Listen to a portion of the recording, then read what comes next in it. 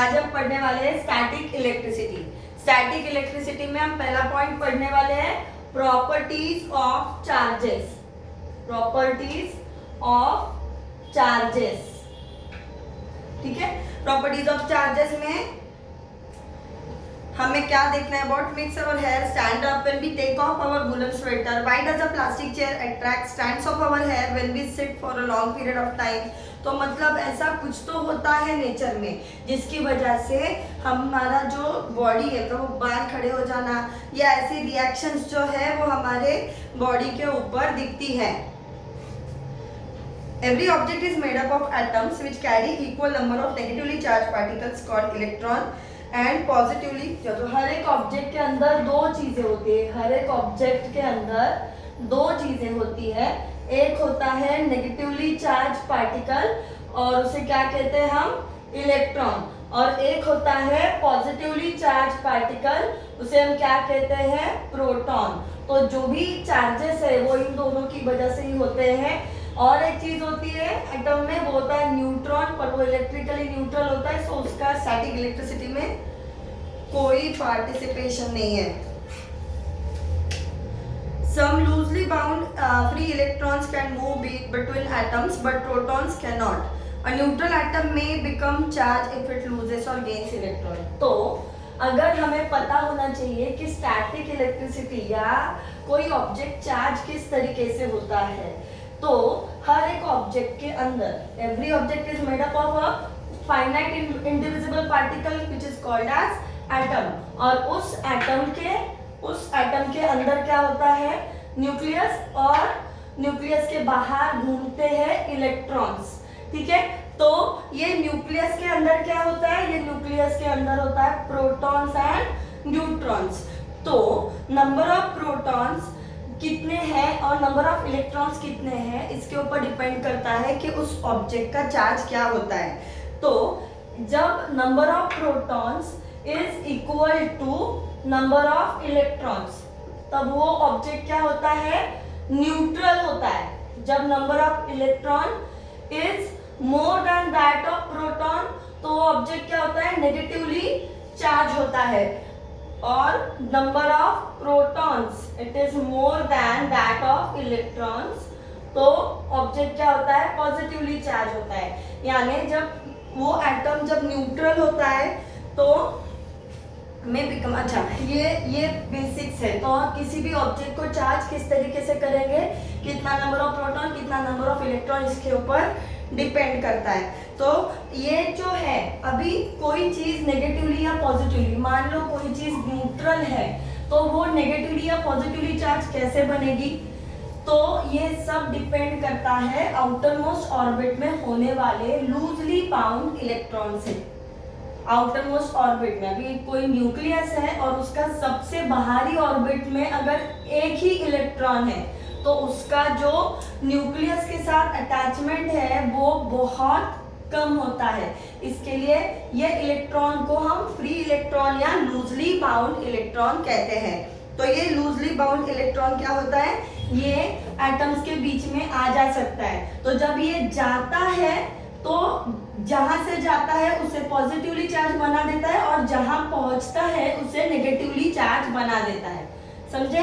जो एटम के अंदर का फ्री इलेक्ट्रॉन होता है, जो लूजली बाउंड इलेक्ट्रॉन होता है, अगर वो उस एटम से निकल गया और किसी और एटम के अंदर घुस गया तो वो एटम क्या बनेगा? जहां से वो निकला वो बनता है पॉजिटिवली चार्ज, जहां पे वो गया वो बनता है नेगेटिवली चार्ज, क्योंकि उसके अंदर होने वाले नंबर ऑफ इलेक्ट्रॉन्स बढ़ गए और नंबर ऑफ प्रोटॉन्स कम हो गए। और यहाँ नंबर ऑफ प्रोटॉन्स बढ़ गए और नंबर ऑफ इलेक्ट्रॉन्स कम हो गए, ठीक है। अभी due to the imbalance of positive and negative charges objects attain static charges becomes charge, this static electricity. Static electricity का डेफिनेशन है अभी। तो स्टैटिक इलेक्ट्रिसिटी कैसे होती है? जिससे कोई पॉजिटिवली चार्ज ऑब्जेक्ट, ये जो लूजली बाउंड इलेक्ट्रॉन है, इसके मूवमेंट की वजह से जो पॉजिटिवली चार्ज या नेगेटिवली चार्ज इलेक्ट्रॉन बनता है, ये जो इम्बैलेंस हो जाता है पॉजिटिव नेगेटिव चार्जेस का, उसकी वजह से वो जो ऑब्जेक्ट है वो स्टैटिक चार्ज अटेन कर लेता है। और वो ऑब्जेक्ट जो स्टैटिक चार्ज अटेन कर लेता है तो उस फिनोमेनॉन को हम स्टैटिक इलेक्ट्रिसिटी कहते हैं, ठीक है ना। Charge can be neither be created nor be destroyed, this means that if object gains a certain quantity of charge, तो चार्ज कंजर्व होता है। कोई भी ऑब्जेक्ट अगर किसी ने नेगेटिवली चार्ज अटेन किया है तो किसी और ने उतना नेगेटिव चार्ज लूज किया है और उतना पॉजिटिव चार्ज उसने अटेन किया है। तो overall total number of charges जो होते हैं वो नेचर में सेम होते हैं। Thus the combined net charge of both the objects will remain the same. This is called law of conservation of charge. तो क्या था law of conservation of charge? Charge can neither be created nor be destroyed. बस वो जो है वो एक object से निकलेगा दूसरे ऑब्जेक्ट में जाएगा, तो वो क्यों कौन निकलता है? इलेक्ट्रॉन निकलता है। तो ये इलेक्ट्रॉन जो रहता है वही सारी शैतानी के लिए रिस्पॉन्सिबल रहता है। जहां से जाएगा उसे पॉजिटिवली चार्ज कर देगा और जहां पे पहुंचेगा उसे नेगेटिवली चार्ज कर देगा, क्रिएटिंग इम्बैलेंस ऑफ चार्जेस। लेकिन end of the entire process total number of electrons उतने ही थे, बस किसी के गए और किसी को मिल गए, दैट्स इट। इसे क्या कहते हैं? Law of conservation of charges कहते हैं, ठीक है। अभी अगला हिस्सा हम देखेंगे चार्जिंग एन ऑब्जेक्ट।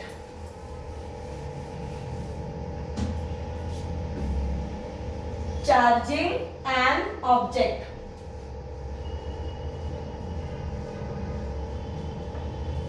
अभी इसमें क्या है? We can charge objects by 3 different methods, charging by friction, charging by conduction and charging by induction. तो इसके 3 तरीके हैं। कौन से 3 तरीके? पहला तरीका था charging by friction, charging by friction. दूसरा था charging by conduction and charging by induction. Charging of object के 3 तरीके, charging by friction, charging by conduction, charging by induction. अभी charging in this method objects are, अभी जब भी friction है तो ऑब्जेक्ट्स क्या होंगे? तो objects are rubbed against each other, objects are rubbed against each other. Charging by friction में क्या होगा? ऑब्जेक्ट्स को एक दूसरे के अगेंस्ट रब किया जाएगा, जिसकी वजह से जो फ्री इलेक्ट्रॉन्स होते हैं वो एक ऑब्जेक्ट से दूसरे ऑब्जेक्ट के ऊपर जंप कर जाते हैं और फिर जहां से एज यूजुअल जहां से वो इलेक्ट्रॉन गए वो बनता है पॉजिटिवली चार्ज, जहां पे पहुंच गए वो बनता है नेगेटिवली चार्ज। अभी the rubbed objects attain opposite charges. Now charging by conduction, in this method a charge object can charge a neutral object by touching it. तो यहाँ पे क्या होगा? एक चार्ज्ड ऑब्जेक्ट है वो न्यूट्रल ऑब्जेक्ट को टच करेगा, न्यूट्रल ऑब्जेक्ट को टच करेगा और फिर क्या होगा? बिकॉज ये चार्ज है तो ये न्यूट्रल ऑब्जेक्ट को भी अपने साथ रेजोनेट करके किसी पर्टिकुलर चार्ज को अटेन करवाएगा, ठीक है। Touching a neutral object with a charge, on touching the charge flows from negatively charge ebonite to neutral metal. अच्छा, तो यहाँ पे एग्जांपल दिया है कि अगर कोई न्यूट्रल मेटल है और अगर हमने इबोनाइट रॉड लिया है, ये क्या है? दिस इज इबोनाइट रॉड, और ये क्या है? This is neutral metal. ये क्या है? न्यूट्रल मेटल है। तो क्या होगा जब भी इबोनाइट रॉड को हम, इबोनाइट रॉड क्या होती है? It is negatively charge, negatively charge होती है इबोनाइट रॉड। अगर हमने इससे न्यूट्रल मेटल को टच किया तो क्या होगा? बिकॉज ऑफ इट वो जो ऑब्जेक्ट है यहाँ के जो नेगेटिव चार्ज है वो इसके ऊपर जंप कर जाएंगे और इवेंचुअली क्या होगा? ये जो ऑब्जेक्ट है वो पूरी तरीके से नेगेटिवली चार्ज भी खुद बन जाएगा, ठीक है। अभी अगला मेथड है charging by induction. Charging by induction में क्या होगा? चार्जिंग बाय इंडक्शन में उस ऑब्जेक्ट का, in this method a neutral object can be charge by holding a charge object close to it but without. अभी हमने क्या किया था? उस मेटल स्फीयर को इबोनाइट रॉड से टच किया था, लेकिन क्या हो जाता है? अगर मैंने कोई नेगेटिवली चार्ज या पॉजिटिवली चार्ज ऑब्जेक्ट अगर उस चीज के नजदीक लाया, ebonite rod, again will take the same example, ebonite rod is negatively charge, उसको हमने एक न्यूट्रल मेटल के नजदीक लाया तो अभी क्या होगा, अभी नजदीक लाया है, टच नहीं किया है, बस उसके विसिनिटी में लाया है, तो क्या होगा, the metal the opposite charges get attracted towards it. अभी ये नेगेटिवली चार्ज है और चार्जेस के नियम हमको मालूम है कि नेगेटिव चार्ज हमेशा पॉजिटिव चार्ज को अपनी तरफ अट्रैक्ट करेगा। तो क्या होगा, ये नेगेटिवली चार्ज ऑब्जेक्ट जो है वो इबोनाइट, वो जो न्यूट्रल मेटल है उसके सारे पॉजिटिवली चार्ज को सरफेस के ऊपर लेके आएगा और इससे क्या होगा, ये जो the negative charges can flow through a part leaving the sphere positively charge. तो क्या होगा, अगर हमने इसको, ये जो मेटल है ये न्यूट्रल मेटल नहीं रहेगा, ये क्या बन जाएगा, पॉजिटिवली चार्ज मेटल बन जाएगा, तब तक जब तक वो इबोनाइट रॉड उसके नजदीक लाया हुआ है। तो इबोनाइट रॉड क्या करेगा, उसके नजदीक लाने की वजह से उसका इन्फ्लुएंस इसके ऊपर होगा और इसके नेगेटिव चार्ज इसके अंदर के सारे पॉजिटिव चार्ज को अट्रैक्ट कर लेंगे और ये जो न्यूट्रल मेटल है वो पॉजिटिवली चार्ज बन जाएगा। तो इंडक्शन के अंदर क्या होगा, in this method object can be charge by holding charge object close to it. और इसमें क्या होगा, charge object is hold, charge object is hold close to the neutral object, उसे टच नहीं किया जाएगा, बस उसको क्लोज होल्ड किया जाएगा। ठीक है, तो क्या था ये, ways of charging and object. तो तीन तरीके थे, friction, charging by friction, charging by conduction and charging by induction. Charging by friction में क्या होता है, ऑब्जेक्ट्स को एक दूसरे के अगेंस्ट रब किया जाता है जिसकी वजह से प्रैक्टिकली वो इलेक्ट्रॉन्स जो है वो उसके ऊपर जंप कर सकते हैं और जो इम्बैलेंस ऑफ चार्जेस तैयार करता है। उसके बाद कंडक्शन, कंडक्शन से क्या होगा, चार्ज ऑब्जेक्ट को न्यूट्रल ऑब्जेक्ट को टच किया जाएगा, उसको टच करने के बाद क्या होगा, वो ऑब्जेक्ट जो है जो न्यूट्रल था वो भी उसी चार्ज का बन जाएगा जिस जो ऑब्जेक्ट हमने उसे टच किया था। ठीक है, and charging by induction, induction से चार्ज करने से क्या होगा, न्यूट्रल ऑब्जेक्ट के नजदीक हमने जो चार्ज ऑब्जेक्ट है वो लेके आया, तो चार्ज ऑब्जेक्ट जिस चार्ज का है अगर वो नेगेटिव है तो न्यूट्रल ऑब्जेक्ट पॉजिटिवली चार्ज बन जाएगा और अगर वो पॉजिटिव है तो न्यूट्रल ऑब्जेक्ट नेगेटिवली चार्ज बन जाएगा। Material like glass, hair, nylon, wool and fur have the affinity to lose electrons and gain a positive charge, while materials like rubber, cotton, PVC and silk have a affinity to gain electrons and become negatively charged. अभी हमें देखना है electroscope. अभी हमें electroscope देखना है जिससे हमें अगर कोई सैंपल्स चीज दी जाए तो वो कौन से चार्ज की है ये हमें पता चल सकता है with the help of electroscope. How can we discover if an object is charge? We have an instrument called an electroscope to detect the charge on the object. It tells us whether an object is charged or not. However, a neutral electroscope, तो उसमें क्या होगा, एक disc होगी, एक jar होगा, jar के अंदर वैक्यूम होगा और वो जो है उसे दो गोल्ड लिप्स जो है वो लगाई होगी। तो it also has a conducting material. पहला क्या है, मेटल डिस्क, ये क्या है, मेटल डिस्क है उसकी। मेटल डिस्क का फंक्शन क्या है, it is conducting material which helps to transfer the charges to leaves in. ये क्या है, इसको वो ऑब्जेक्ट जो है वो टच किया जाएगा। जब ये ऑब्जेक्ट इसे टच करेगा तो जैसे कंडक्शन में देखा था तो ये भी वही चार्ज ऑब्टेन कर लेगा और फिर वो लीव जो है वो रिएक्शन देगी। उसके बाद नेक्स्ट क्या है, metal wire rod. It is also a conducting material which helps to bridge the transfer of electrons between the metal disc and the metal leaves.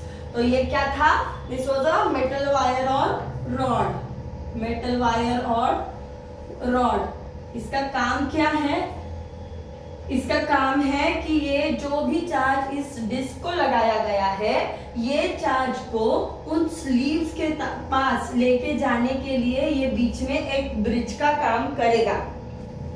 Then metal foil leaves. In most of the electroscope, these leaves are made up of gold as it is very malleable and can be hammered into thin leaves. So it is also good conductor.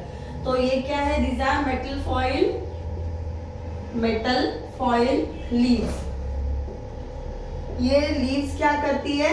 ये mostly gold की होती है. Why they are made up of gold? क्योंकि वो बहुत ज़्यादा malleable होता है, उसको बहुत ज़्यादा थिन पत्तों में हम लोग कन्वर्ट कर सकते हैं. Glass jar, it keeps air from interfering with the movement of the metal leaves. तो ये जो है ये क्या है? ये ग्लास जार है. अभी ग्लास जार का काम क्या है? हवा ने किसी भी मूवमेंट के बीच में जो गोल्ड लीव्स मूवमेंट करेंगी उसके बीच में इंटरफेयर नहीं करना है. इसका काम जो है वो ग्लास जार करेगा. An electroscope works on the principle that like charges repel each other. When an electroscope is charged, all the parts acquire same charge. The rod. अभी मान लो अगर किसी चीज से when a charge is transferred to the metal leaves, they move apart, indicating that the object. Same charges repel each other. Same charges repel each other. तो अभी जब मैंने एक नेगेटिवली चार्ज ऑब्जेक्ट को मेटल डिस्क से touch किया है तो क्या होगा? मेटल डिस्क पर टच करने के बाद यही चार्ज पूरे इसमें से फ्लो होके लीव्स तक पहुंचेगा और वो लीव्स पहले क्या होगी? ऐसे फॉलन होगी और जब वो नेगेटिवली चार्ज एक्वायर कर लेगी तो क्या हो जाएगा? जैसे ही मैं इसे टच करूंगी तो ये लीव्स भी नेगेटिवली चार्ज हो जाएंगी, दोनों को सेम चार्ज होगा and then they will separate from each other. और वो सेपरेट होने के बाद हमें पता चल जाएगा कि जो बॉडी है वो न्यूट्रल नहीं है, चार्ज है. As the disk develops a positive charge, electrons move in other direction down the metal rod to the leaves, causing them to repel. An electroscope. तो ये नेगेटिव के लिए था, ये सेम जो है वो पॉजिटिव चार्ज के लिए भी वही है. पॉजिटिव चार्ज भी उस मेटल रॉड में से फ्लो होगा, लीव्स तक पहुंचेगा, वो लीव्स ऐसे फॉलन डाउन होगी और जब वो दोनों पॉजिटिवली चार्ज हो जाएगी तो वो एक दूसरे से दूर हो जाएंगी. ठीक है. An electroscope is also used to compare the extent of charges on different objects. An object with a higher charge will result in the metal leaves moving further apart or they will deflect more than each other.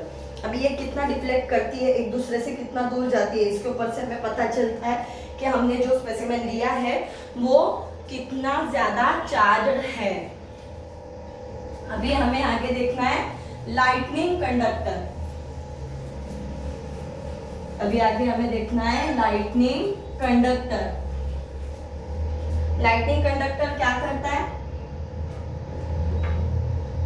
Lightning conductor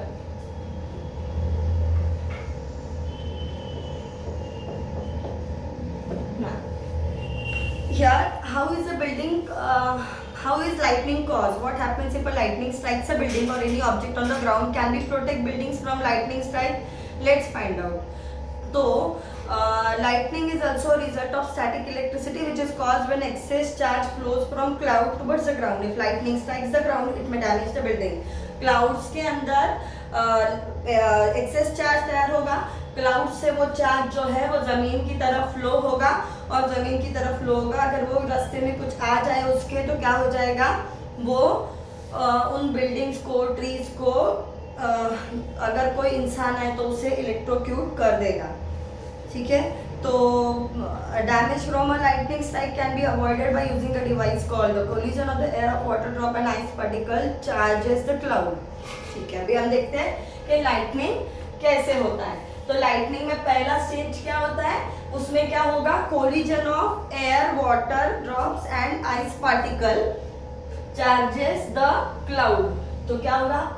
cloud के अंदर क्या है? Air, water और ice particles है और वो क्या करेंगे? एक दूसरे से कोलिजन करेंगे. वो क्या करेंगे? एक दूसरे से कोलिजन करेंगे. तो कोलिजन करने से क्या होगा? क्लाउड चार्ज हो जाएगा. कोलिजन करने से क्या होगा? क्लाउड जो है वो चार्ज हो जाएगा.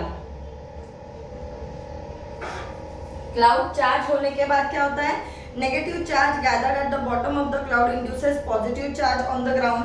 तो वो जो भी ऐसा क्लाउड है इमेजिन, तो उसका जो नेगेटिव चार्ज है वो बॉटम ऑफ द क्लाउड पे जमा होता है। नेगेटिव चार्ज जो है वो इनके कोलिजन से जो तैयार होता है वो सारा बॉटम ऑफ द क्लाउड पे जमा होता है, और सारा पॉजिटिव चार्ज जो है वो ऊपर होता है। और अगर नीचे कोई बिल्डिंग्स वगैरह है तो क्या होगा, उनके ऊपर पॉजिटिव, इधर नेगेटिव है तो इनके ऊपर पॉजिटिव चार्ज इंडक्शन से क्रिएट हो जाएगा। इंडक्शन से इनके ऊपर पॉजिटिव चार्ज, ये बिल्डिंग है, ओके ट्राई टू अंडरस्टैंड। ये बिल्डिंग जैसा दिख नहीं रहा है तो ये बिल्डिंग ही है, तो ये induces positive charge on the ground. If the lightning strikes, it will hit the, when excess charge is built in the cloud, it flows through the air in between. When the opposite charges meet, a bright flash of lightning is seen. तो ये cloud के अंदर अगर बहुत ज़्यादा charge हो गया तो वो क्लाउड जो है, वो चार्ज जो है वो नीचे अपोजिट चार्ज की तरफ बहना शुरू हो जाएगा। और जब वो अपोजिट चार्ज की तरफ बहना शुरू होता है तो एक बड़ा सा फ्लैश दिखाई देता है, ठीक है, जहाँ पे वो जमीन के साथ मिलता है। तो lightning strikes, it will hit the top of the lightning conductor as it is taller. अच्छा, तो ये हो गया लाइटनिंग कैसे होता है। अभी लाइटनिंग कंडक्टर का बेनिफिट क्या है, damage from a lightning strike can be avoided by using a device called lightning conductor. तो ये ऐसे लाइटनिंग होने से अगर रोकना है तो हमें लाइटनिंग कंडक्टर को यूज करना चाहिए। It is a long rod usually made from metals like copper. It runs along the side of the building and is taller than the building. The tip has spikes whereas the bottom is connected to the metal plate buried deep inside. तो ऐसे अगर मान लो ये building है, तो ये building है तो इसके बाजू में एक ऐसा जमीन के नीचे तक धंसा हुआ उसका मेटल प्लेट होगा, metal plate in the ground, ये क्या, और इसके ऊपर ऐसे ऐसे टीथ लाइक स्ट्रक्चर्स तैयार हो जाएंगे।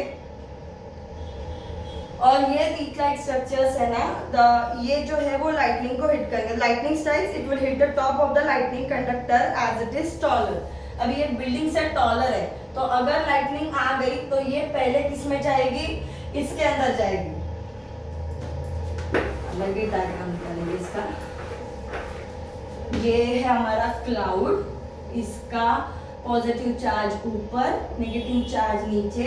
ये है हमारी बिल्डिंग, ये है हमारी, ये उस बिल्डिंग की खिड़कियाँ, और ये मेटल डिस्क, और ये है हमारा लाइटनिंग कंडक्टर। तो जब लाइटनिंग स्ट्राइक होगा तो वो इसके ऊपर जाएगा, क्योंकि बिल्डिंग से टॉल है तो पॉजिटिव चार्ज इधर भी क्रिएट हो गया है, और इधर क्रिएट हुए पॉजिटिव चार्ज यहाँ से इसके अंदर फ्लो होगा। इसके अंदर फ्लो होने के बाद the rod being a good conductor transmits the charge particle away from the building and safely. ये जो है अर्थ सरफेस के नीचे ये जो धसी हुई प्लेट है, इसे क्या कहते हैं, अर्थिंग कहते हैं। तो ये प्लेट में इसके जो चार्जेस है ये पूरे वो मेटल रॉड जो है वो जमीन के अंदर लेके जाएगा, और बाजू में बिल्डिंग जो है वो सेफली रहेगी। इस तरीके से बिल्डिंग का जो प्रोटेक्शन हो जाएगा, ठीक है। That's it for the day.